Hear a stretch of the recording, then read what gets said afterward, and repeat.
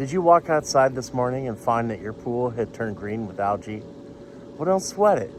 You can turn your pool back to blue and crystal clear in 1 or 2 days. You're not going to need to drain your pool, and chances are you won't need a shopping cart full of expensive chemicals from the pool store either.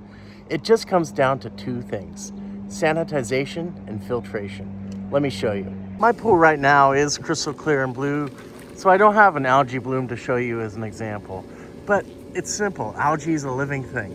All you have to do is kill it and then remove it. To kill that algae, we use chlorine to sanitize our pool.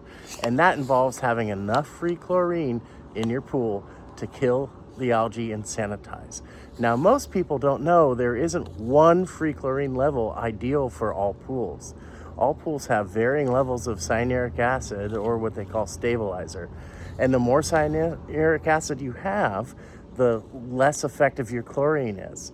You want a sweet spot of around 30 to 50 ppm.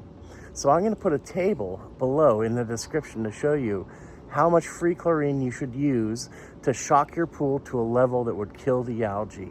In my case, for my pool, it's 12 ppm of free chlorine if it were full of algae. Now, if your CYA is way too high, say 80 or 90, there's going to be a lot of chlorine required to just start killing the algae.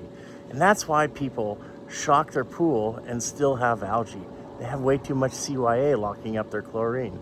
In those cases, it's best to empty your pool a little bit and put in fresh water to dilute the CYA. And remember, those chlorinating pods you have is stabilized chlorine. So every chlorine tablet you use has CYA in it. That's why I use Cal Hypo Shock like this, or liquid chlorine.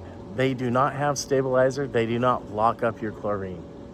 Now comes the second part, filtration. Chlorine will not make your pool clear. It'll kill the algae.